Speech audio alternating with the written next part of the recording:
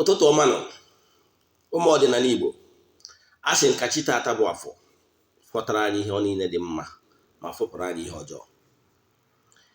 Ọkụkwazie ndị njeru nke Chukwu niile dị na-ejere Chukwu na mmadụ ozi, dị niile na-eri oke n'afọ, ka ọnụ gbadata n'ụbọchị taa bịa nọnyere anyị n'ihe niile anyị ga-eme n'ụbọchị taa ka o wee gazie. A sị na akakaka ya ma anyị na jijiji ya ma anyị, a sị na anyị ga-ejere obodo n'ala obodo, a sị ma onye isi anyị na-awa anyị ya were nke ya chụọ, a sị m na ndụ ọ na-agụ onye ọ na-agụ ibie, onye a na-ana nke ya were eno n'afọ.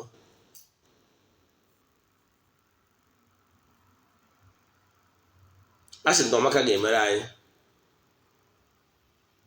a sị na anyị ga-adị ndụ maka na onye dị ndụ ọ dịkwute ife ọma. A sị m egbe belu ugobelu nke si ibie ebe na ya gosi ya ebe ọ ya ebe, ọ bụrụ na o gosiri ebe ọ ya ebe, a sị m kwukwa ya ọhịa nkwuru.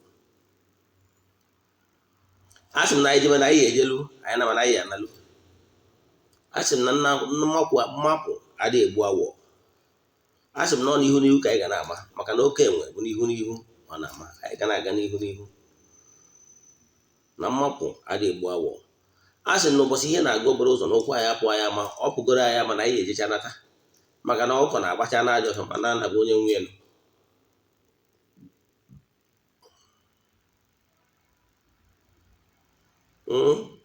Ise aka mbụbụ onye nke gị Ogbuefi EZE-ANA Ugochi tubelu na oraifite. Abụ m onye nchụaja na Ugochi tubelu ọdịnala temple, bụrụkwazi onye nchụaja na ọdịnala Igbo restoration prayer ministry,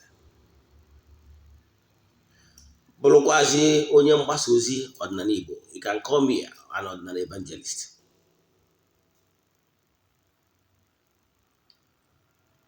Akwadoro m akwado wee bịawa n'ọlụ a.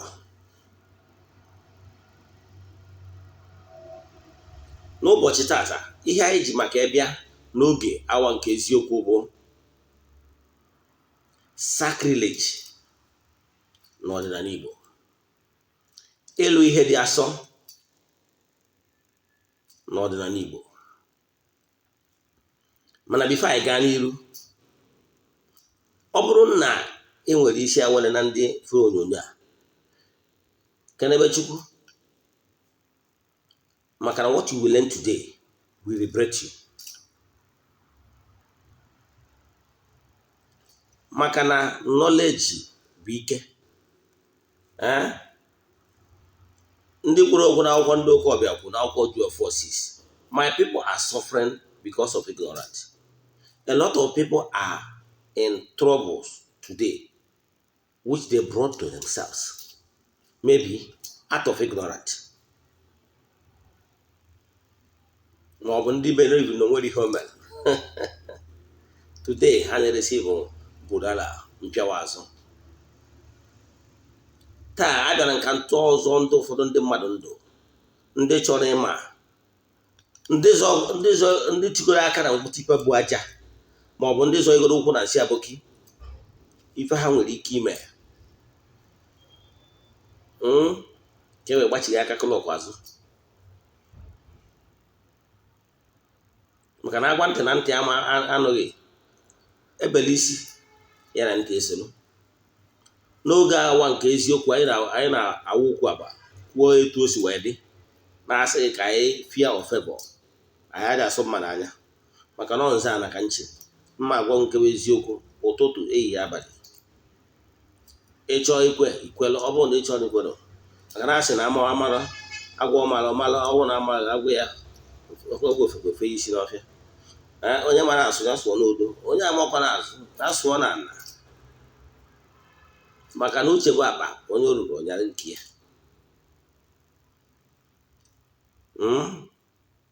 Ọ ka m afụchasịa ka mgboji atụ enwe n'isi. Ọ bụrụ na asị m gwa eze okwu, agwa m ya, mana asị m bute ebute mma ebute. Ihe mma agwa gị ebu ihe ị kwesịrị ịma ya bụ ọ bụrụ na uche gị. Keep what you have believed in years back, then analyze what I'm just saying, then don't analyze my message with biased mind. Yes, you're a pastor, you're a clergy, you're whatever, I don't even care. But remove whatever belief you have before now. Analyze what I'm saying with a plain mind. You don't see yourself as a free thinker. Analyze what I'm saying with open mind. Then you agree with me that what I'm telling you was you, not none of us on.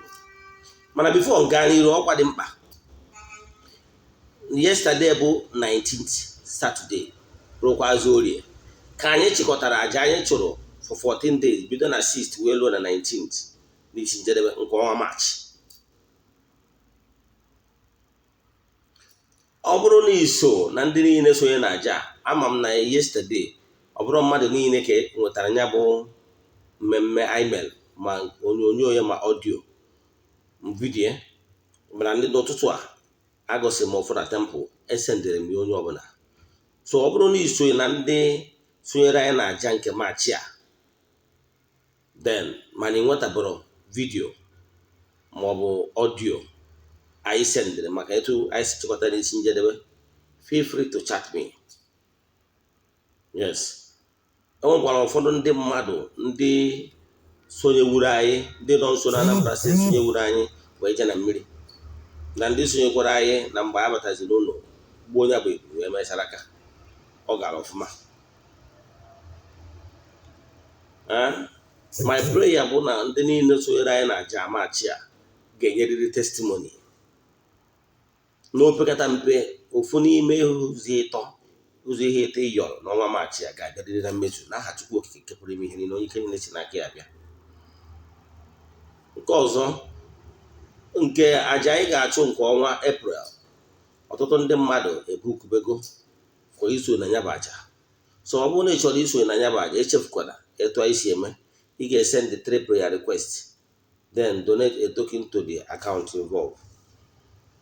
Ọ bụrụ na ị ghọtara nke ọfụma, send the message na WhatsApp, aga m enyere gị aka wee gbazie gị olu.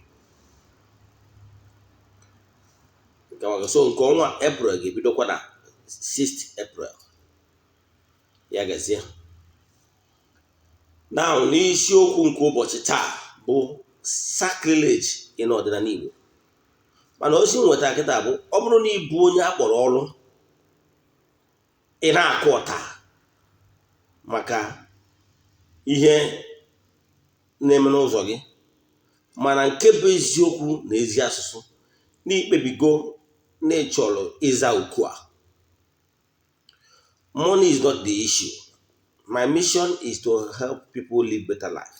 Ọ bụrụ na ị bụ onye akpọrọ ọrụ and n'ikpebigo 100% na ị chọrọ ịza oku a,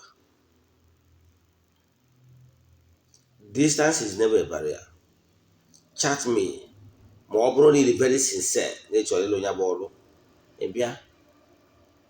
Nke mbụ na nna akọwara ndị mmadụ, ịbụgoro onye akpọrọ ọrụ, ị ga-agbalịrị ọsọ agwụ. Very important. Ọtụtụ ndị mmadụ na-aga na social media na ebe dị iche na-emekasị ofu ihe. Ọgwụgwọ na iwe onye akpọrọ ọrụ, bidogoro na ụgwọrọ ndị ụka ọbịa. Oke, ka anyị bidogo na the Old Testament, maka na m eji ihe ma mara atụ ihe maghị. Na Old Testament, Elisha served Elijah. Aaron served Moses while Elijah is learning under Aaron. The prophet of the old, you must have your mentor. Somebody must guide you. Somebody must show you the do's and the don'ts. If not, ị na-eme mmekasị. Ọtụtụ ndị mmadụ na-aga na social media, ihe na-afụ ụfọdụ ndị mmadụ na-emekasị. Ụfọdụ na-eje na mmiri na-egbu ya ọba na-emekasị. Ọfụcha ihe onye a je mee. Ichefuzie na ụfọdụ ndị mmadụ ị na-afụ na social media, ụfọdụ abụrụ ndị ọdịnala. Ụfọdụ ndị ji ike mbute wee na-arụ ọrụ. Ụfọdụ ndị na-emekasị ihe sọrọ ya nọ. Ọ bụrụ na onye a na-emekasị isi okelu how successful the person is n'ọrụ a. So iso na ndị na-eme mmekasị, ị ga-agbalịrị ọsọ agwụ. This word ọsọ agwụ, ọ bụrụ na ilotalụ years back, even before social media bịa, ị ga na-anụ na-agbado ọsọ agwụ. Yes, ọ bụrụ na dibịa dị na be nna gị, example dibia na bidio ọkpụ tọrọ ọkpụ ọdịnala dị na my lineage, but my father kwesịrị ime ntọmụnwa maka na nnukwu nna anyị bụ Eze-Ana Ugochi, Eze-Ana Ugochi bụ nnukwu nna m, bụrụkwa onye nọ n'ụwa, nna mụtara my father, mere ọdịnala chi ọzọ, bụrụ nnukwu ọgaranya na mgbe gboo. Mana mgbe ọ na-achị nwụ, o were ọfọ my lineage, ọfọ ndị nna nna anyị ha wee nye nna m n'aka. Mana nna m bụ onye ụka, nna m bụ ndị jere sandasis, nna m wee were ụdị ọfọ ahụ enyere wee je gbafuo. Nna m ji ọnụ ya wee gwa m, mana mgbe ọ na-agwa m ihe eri mgbe eri n'ụka front and back, were ọfọ a nye nna m mafue. Nna m wee sị na mgbe ya mafuru ọfọ a na ya ka dị, na ya alụbara nwaanyị, mana ya bụrụgo nnukwu okorobịa. Na mgbe ọ mafuru ọfọ a, emesịa ọ na-ewutie na ọfọ ọ mafuru nwere ike imecha anyị nsogbu na ngwu. O wee mechazie ya after some time jechiga ebe ahụ ọ tụfuru ọfọ, wụ na-esuo n'ọhịa ahụ ọkụ. Ọ gwara m ya, mana mgbe ọ gwara m ya ụta na mba onye ụka riri eri mgbe ahụ, I couldn't say anything or do anything in order to replace it. Ana m eji onwe m amatụ ka iwe weruzie wee tụne nke gị. O wee bụrụzie na o mere etu a, o mesizie mgbe nna m yabatiri ahụ, o wutebuezie na o nwere ụfọdụ ihe nna ya kwuru ekwesịrị ime emerọ. Mana mgbe ọ yabaga ahụ, he couldn't do much. Then mgbe nna m yawaziri ahụ, almost about 80 years wee nwụrụ. Then mụnwa na onwe m, mgbe ahụ nna m nwụsịrị, ka the whole burden beziri n'ahụ as the first son of the family. Remember, mmụọ nwere ike choose whether first son or not, because my father abụrụ the first son of his family, his father, but mmụọ chuzuru ya. But on my own, mmụọ chuzuo mụnwa. Then n'ime na mmụọ chuzuru m anwa, then mgbe ahụ nna m nwụziri, njezie n'afa, o nwezi ihe mebeziri nje n'afa, a na-ana m ọfọ. O nwere ọfọ a na-ekwu maka ya, ọfọ ngwuru, mgbe nna ihe na-eme na ngwuru, kọrọ ọfọ a na-ekwu maka ya. Nwesi na ọfọ afụgo m ọfọ anya before then, na ọfọ m fụrụ anya bụ na mba onye ụka, mana ọfọ m fụrụ anya mgbe ahụ bụ na nnukwu nna anyị chikwara ọzọ Eze-Ana. Erutara m mgbe m na-eje ụka, mana ọ na-abụ mgbe ụfọdụ mbata eje m n'obi chụbụ ya ajụjụ dị iche iche. Ajụjụ m na-ajụ ya bụ ka m nwee as a researcher. Ajụjụ m na-ajụ ya bụ ka m mara ihe m meji wee na-epreach. So nje onye ọwụ onye iji nwetara ọfọ sị m na nnọọ ihe ka a na-akpọ ọfọ. Gosichaa m ọfọ nke individual na-eyuzu, gosikwazie m ọfọ eji efe arụsị ụlọasị dị na ụmụnna anyị. Ghọtara ya? Wee gwa m mgbe ahụ na nwanne my father, nkịta my father wụ onye uru na rank na as elder, if you know, and so on and so forth. So o nwere ihe mmụta n'aka that our great grandfathers, that is our father then. Mana ihe na-achịkọwazi bụ na nna m awachi ụdata ọfọ. Mgbe abazi wa afọ na-asị nkere maka ọfọ a na-ekwu maka ya, afa na-ekwu maka ọfọ na-enye nsogbu na ngwu. Mgbe aka m ji wee sị na ọ bụ maka ọfọ a nna m gwara m maka ya, awụwa afọ akwụkwọ CS na ọnya bụ ọfọ, na m ji ewachie data ọfọ. Ọfọ a bụ ọfọ izi mmetụrụ aka, ọfọ izi nwachi. Data ọfọ wụ oke ọfọ. O so na ọfọ ndị alụ ọrụ n'Ugochi tubelu na temple taa. Ọfọ a ihe eji erichaji ya ọkụkọ awara ọnụ. Ọfọ ndị nna nna ya oke ọfọ ka ọ bụ. So nwachi na ọfọ ifo onwezie ma ọfọ chi ma ihe ndị ọzọ. Ịghọtara ya? Mgbe nchigatazi n'ọdịnala bido restore gbazie menetens ma ọdụ ọmụmụ ma mmụọ nọ na ngwuru emere abanda reactivate everything. So ọ bụrụ na nna m sọrọ ụkpụrụ nna ya, nna m ga-abụ dibịa na-enye ọgwụ. Now ihe ọ pụtara bụ na mgbe m na-etolite, okochikwa m in that line. Mgbe ahụ ị na-asa ahụ ya fada bụ a traditionalist, a dibịa, ọsọ agwụ ka ị na-agba mgbe ahụ. Their father is their mentor. Ịghọtara ya? Don't allow anybody to deceive you. So na adị agba ọsọ agwụ. Ndị na-akọ ihe ahụ ndị egbugbara brain nọ na social media na-akọ ọfụsịrị ma. Now ọgwụkwa nna ngwurube nna gị na ụlọ ogbu dibịa, mana onye kwesịrị hand over to the job coming generation ahandụrụ ọzọ maka na o jebere ụka. So ihe ọpụtara anya onye agha alụ dị ọrụ like nke mere na my own family. Now mgbe m bidoro ọrụ a, asị na iwu na m na-arụ dibịa, kedu ihe m mere? Ebe ọ bụ na nna m akụziri m the do's and the don'ts. What do? I went somewhere to another dibia, more south.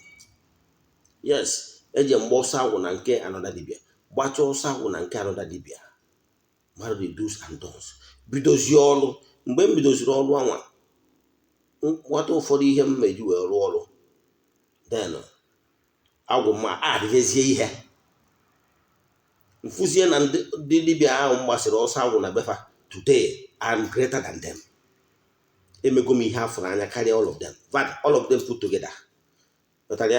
Ihe agwụ nwere ike ime mmadụ nwere ike ịmụ ọrụ marụzie ọrụ karịa onye kụziri ọrụ. Ọ bụrụ na ndị na-alụ mekaniki ị ga-afụ na onwe ọrụ nwere ike ịmụ ọrụ after some years ọka ọgụ ya ịghọtara ya ihe ọ pụtara na ọ mụtago ihe ọga kụziri o weruzie nke agwụ ya ad ya o wee bụrụ great. So ị ga-eje gbarụri ọsọ agwụ ịgbatazi ọsọ agwụ mmadụ ewee kwụsị ime ọtọ nọ ụfọdụ n'ime ụlọ na-emekasị ofu ihe onwe nke metara otu mekata ofu ihe mekasịkata onye ozie nsogbu ọtụọkwazi m eze asị nkere ihe anyị emesịa na nwere ihe ị ga-eme na-abụrụ ihe chi azụ back to square one jee chọọ dibịa ya agba ọsọ agwụ na bịa ikwucha ya ọdọrụ agwụ gị omechara onye gị ọfọ kwudoro gị ọnya ka ọ ya agba nwa ụfọdụ ọrụ ụfọdụ gbara gharị dibịa nwa abaka ghọtara ya unu emetụta mmekasị na-ete mmadụ ule ọ dịka asị na ọdịnala nwere harmony. Etu a ka ọ dị na ndị pagworo ndị pastọ ma ọ bụ ndị kpọrọ onwe ha reverend na ọfada ha na-eje ọsụsụ either ije pastor school or ije seminary ịghọtara ya ọdịnala adịrịcha nke anwa gaa. So ọ bụrụ na ị nwere such call ego ha bụrụ problem. O nwere ndị dibịa ga-eje na ga ha kpọrọ gị ego na a ga-eji wee kwụsịrị gị ọrụ mana ọ bụrụ na ị nwere call sincerely speaking ego ha bụrụ problem. Chat EZE-ANA Ogbuefi tubelu. My mission was actually to help people live better life because I believe that the air is too large to accommodate all of us. Ego mma anata n'aka onye akpọrọ ọrụ ọnya ka m ga-eji bụ ọgaranya chimemego m odogwu already ịghọtara ya I'm a millionaire. Ihe m na-achọdụ ka m bụrụ billionaire. Ana m ekwu to praise the name of Chukwu Okike nke pụrụ ime ihe niile. Onwe bụrụ onye gbara ọsọ agwụ na be m ndị niile mụrụ ọrụ na be m they don't doing well. Onwe bụrụ onye gbara ọsọ agwụ na be m na ya ego si awụtara 1,000 2,000 adịm aka ụdị aka but they all doing well. Ọ bụrụ ego onye akpọrọ ọrụ a na-apịawagoro azụ afụbụrụ lacha nke mma na ego for what? Onwe ọgụgụ ọkụkọ agwụ wụtara m ọkụkọ agwụ na mmanya na ọjị is okay dọtara ka aga.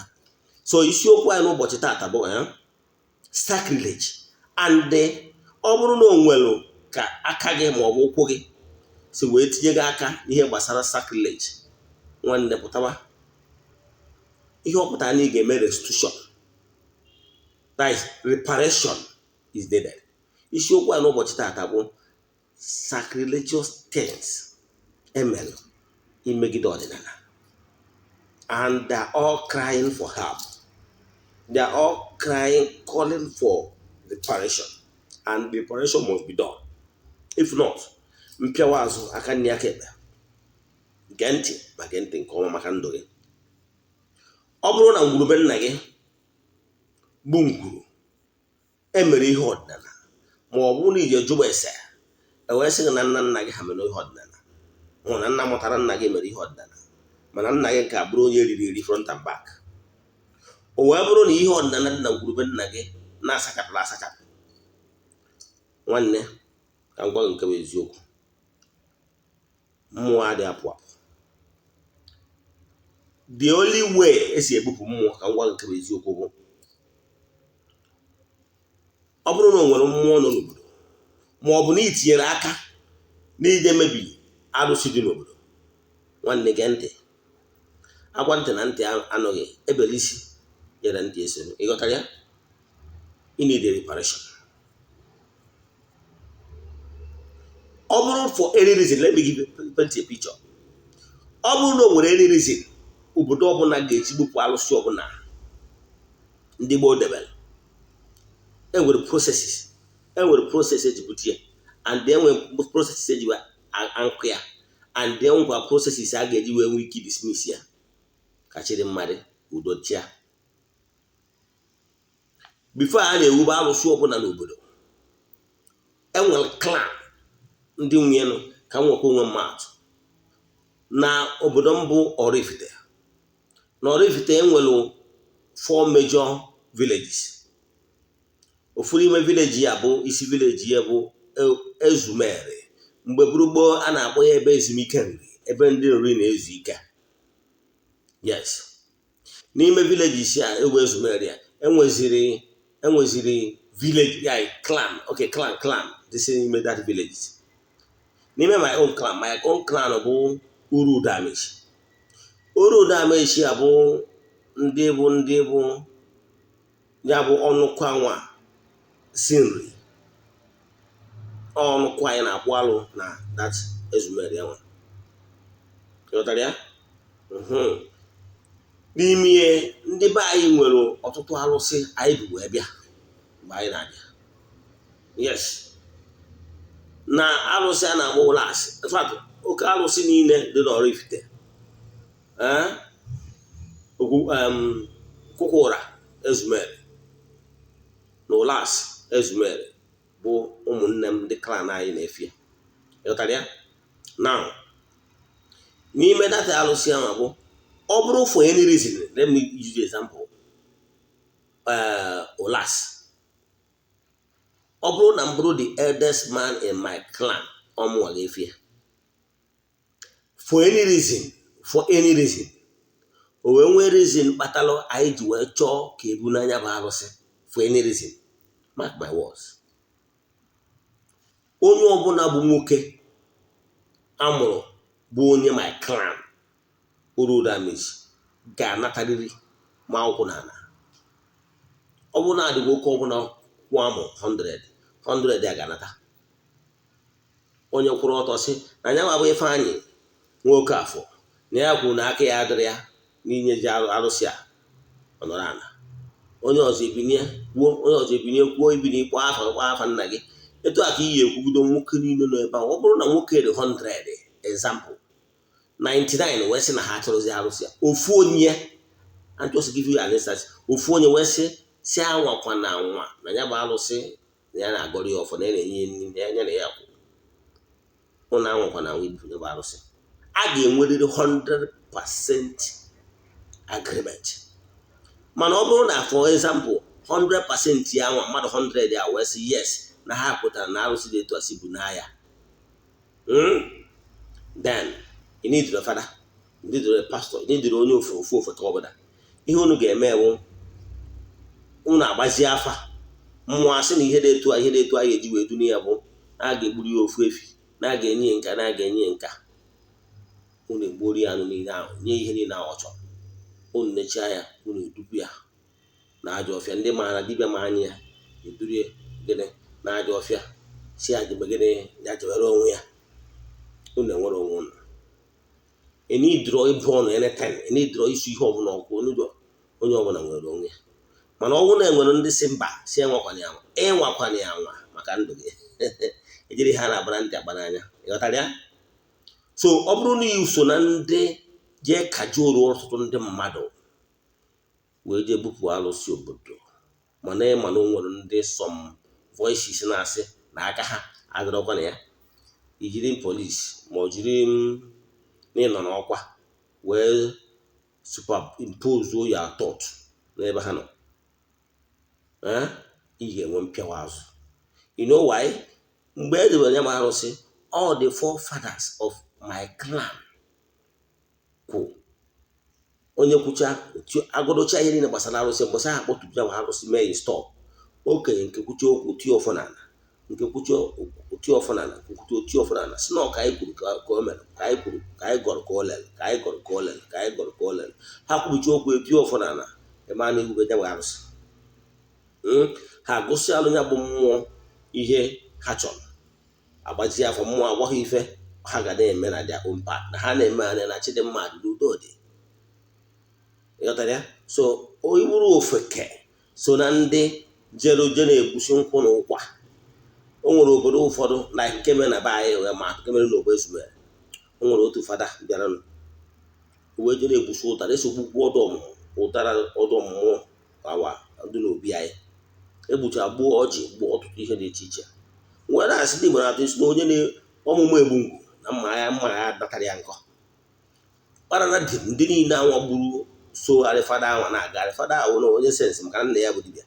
ihe o mere ụwa ọbịa ọkwụnụ so na-achọrọzi ọkwụnụ so na-achọrọzi ngwa unu buru ha niile mmadụ na-ebukọ ndị niile anwale idiri fada ndị niile agbukọ ha nche niile na ọkpọkọ ya taa tụtụ anwụ anwụ tụtụ ndụ ha dị useless ịghọtara ya ọ nọrọ ụlọ onwe ọsị were akwado chụọrọ onwe ya ahụ nwere onwe kwuo na n'ọkwa ihe ụnụ kpọrọ ya n'ọkwa ihe ụnụ gwara ya ka e mere ụnụ soro na achọrọzi ịghọtara sensị dị ya emufu na-erigo gị ụdị ha enwe ọkwụsị ike ime na anọrịta taa maka na ndị odogwu nọ n'ọdịnala ịghọtara ya na oge ahụ bụ the dark era oge ụka riri mmadụ eribie ndị mmadụ eribie front and back including my humble self then but now it will never happen now wee jụọ ajụjụ ka m were ihe ịma atụ mara gị atụ mgbe Jizọs ndị ụka ọbịa bịara ịmara na obodo ndị Israel wee obodo ekpere arụsị na ịmara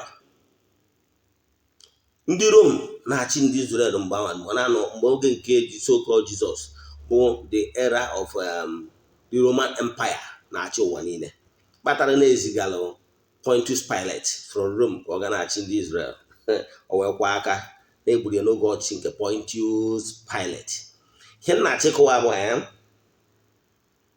o nwere mgbe Jizọs ji gbuo arụsị obodo gụta na akwụkwọ ndị ụka ọbịa a gwara anyị etu Solomon si wee nụọ 700 wives and 300 concubines wee na-ekwu na one of the queen ya butere arụsị ndị mba ọzọ n'obodo dị iche iche ndị Juu agwarafa ha efe na arụsị ndị obodo ọzọ ọsọ nke be ha na ihe na-ajụzi ewu na ndị Israel niile o nwere single account ebe e kwuru na Jizọs ji egbupụ arụsị obodo ma ọ dị ebe ụkwa ma ọ dị ebe ụkwụ ụdara ma ọ dị ebe ụkwụ ọchị na ụdị na ọ na-eme kasa mba o nwere ajụjụ ka nna gị nwa ka nna gị nwa onye riri o nwere ebe Jizọs nke confront any deity si ka egbuo osisi ma ọ ka eme nka o nwere mba gị nwa ka nna gị nwa kpọrọ nwe reverend onye riri onye ụka o nwere ebe ịfụrụ ya o nwere ịfụrụ na edede gị eri o nwenugo ebe Jizọs pụtara na-eme cast as in na-asị spirit evil okay unclean spirit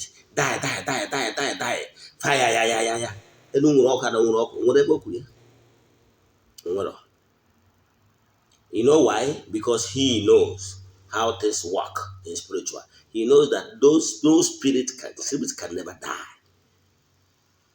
In metaphysics, na Chukwu kere oke na nwunye ekele is good spirit and bad spirit, depending on the energy you are looking for. You are radiating, whether negative or positive. Ụfọdụ ya ekwuru okwu ya asị na-enwe white winch and black winch, but ihe na-achịkọwala gị bụ na Chukwu kere ihe niile oke na nwunye aka nye na aka ekpe.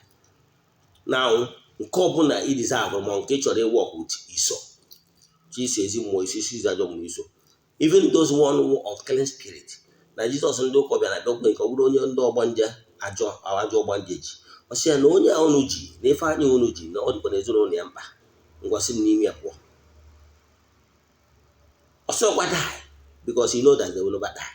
Ịghọtara ya ọnwa ndị nke ọbụtasị onye ka ụnụ ha sị na ha bụ igwe o wesịa ngwa na Igwe EZE-ANA ebe ngwa banye n'ime Igwe ezi na onye ọnụ ji dị ezinụlọ ya mkpa akwụkwọ ndị ụka ọbịa sị na Igwe ezi a wee banye n'ime igwe unclean spirit a wee banye n'ime Igwe ezi anyị na-wee baa na mmiri wee were ha chụọ aja mmiri gbagbuo ha nche niile ụmụazụ nọ na mmiri ihe niile bi na mmiri wee gbawasị wee ribe ife.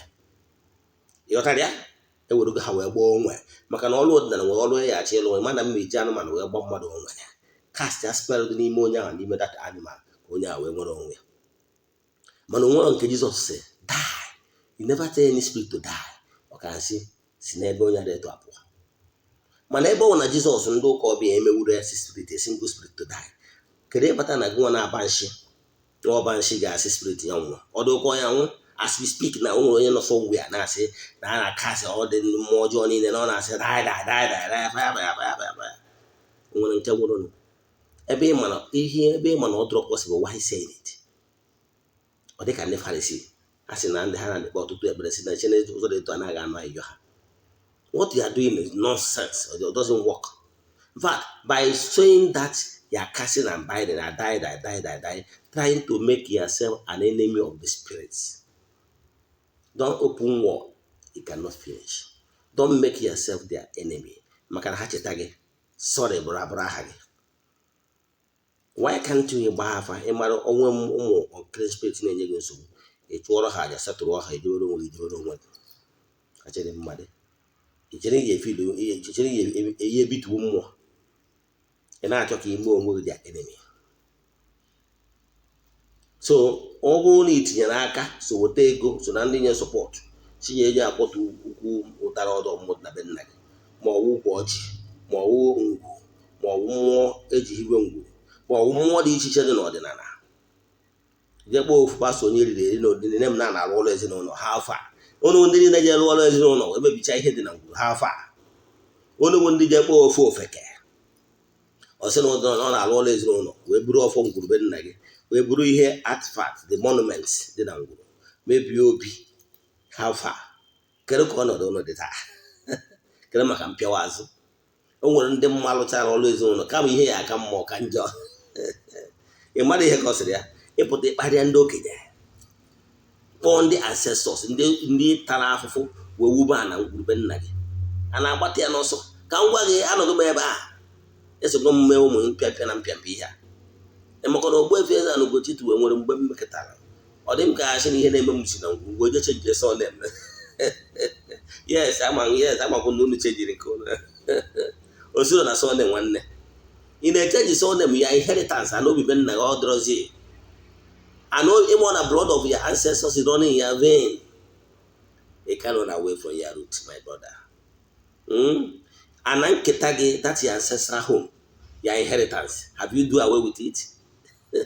Ịmụ na ana ndị nna nna ha labored for. So you still have spiritual bond with them. Even if you sold your inheritance and obi, you're going to labor. The blood of your ancestors is still running in your vein, my dear. What you need is to be at peace with them. You need to open war for them. Ndị niile a ya etinye aka n'imebi obi. Example ka mmadụ ga-atụ. Ọ bụrụ for any reason na o nwere ka obi si wee danye n'ebe eloro ga n'obi. Mana for any reason ọ bụrụ na ebe ọ dị ọ dụrụ ọkwụkwa. There is no way you will do without bringing them down. Enwere ka esi eme ihe. Without bringing the obi down, yes, enwere ka esi eme ihe. Ihe ị ga-eme wu emerụ ihe kwesịrị ime iwere ọjị jekwu ha jere n'obi anwa gwa ndị gị na ha so na ndị nna nna kpọọ ha wara ha ọjị gboro ha anụ gwa ha na ya intention na civilization batara ana n'ebe a ị chọrọ ịrụ ụlọ obibi n'obi a bakwara na ọ na senta na wee mebie na niile ekwe ha nkwa na ị ga-arụgharịrị ha that is you relocate that their obi to another side ka ọ dị ebe ọ ga-abụ ọ dị ka ọ ga-alụ that is ka enwekwa space ebe ị ga-alụ ụlọ